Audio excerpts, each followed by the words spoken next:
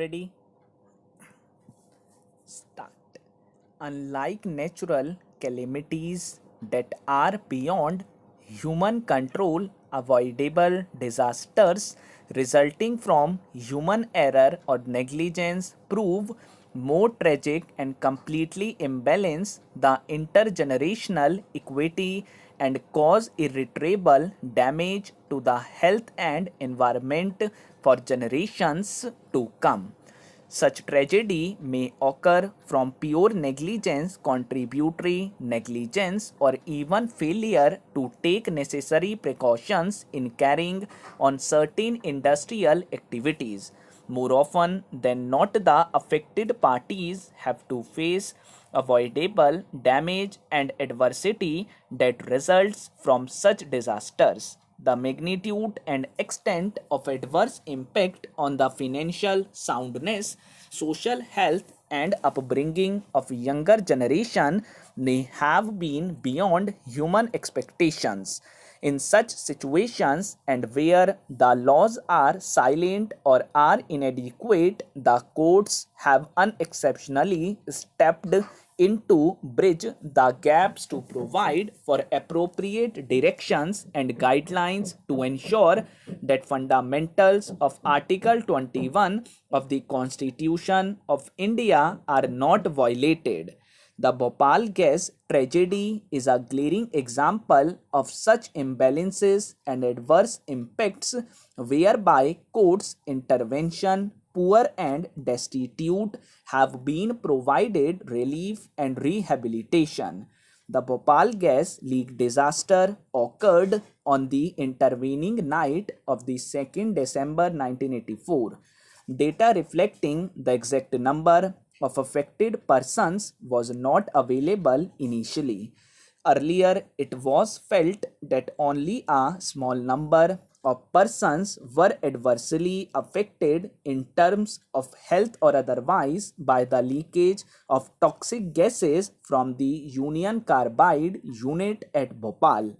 However, the Scientific Commission for Continuing Studies on Effects of Bhopal gas leakage on life systems released a report titled The Bhopal Gas Disaster Effects on Life Systems in July 1987, which suggested otherwise. This report stated that for the estimated population of 2 lakh exposed to the toxic gases in the severely and moderately affected areas of Bhopal and the variety of long-term problems anticipated in the crisis period, the number of exposures covered so far by the Indian Council for Medical Research through the medical surveys constitute less than 20% of the population. With the passage of time, this figure of the affected population has swollen to nearly 5 lakh. By the same scientific commission, it was also found that in journal, the output of the medical project so far had not equaled the magnitude of the task assigned to them, presumably due to lack of resources, trained staff, as well as physical inputs. This has to be remedied in the shortest time so that project is completed fully.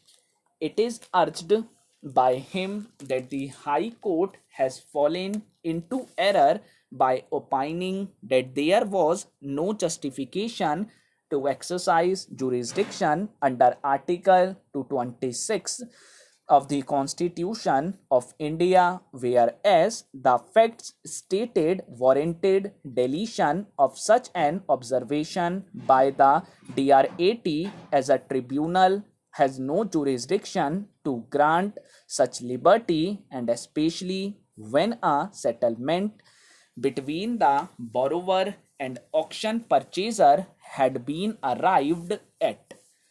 Learned Counsel would submit that the DRAT had really not addressed to any issue, and after recording a settlement in a most brief manner, recorded the observations which really deserved to be questioned by the High Court.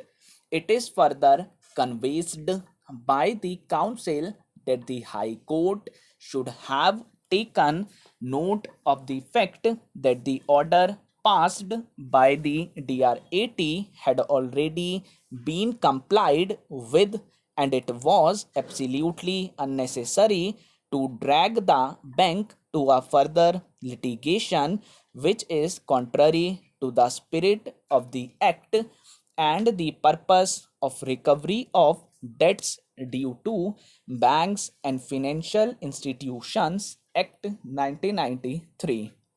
It is also contended that the DRAT failed to take note of the prayer made by the appellant therein, and for no important reason the matter was kept pending for more than 4.5 years.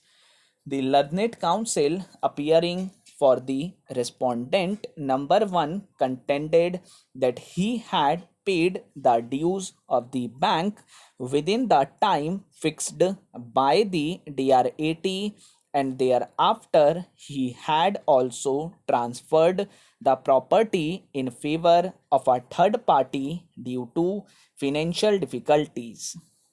In essence, submission of learned counsel is that putting the clock back is likely to cause serious loss to him.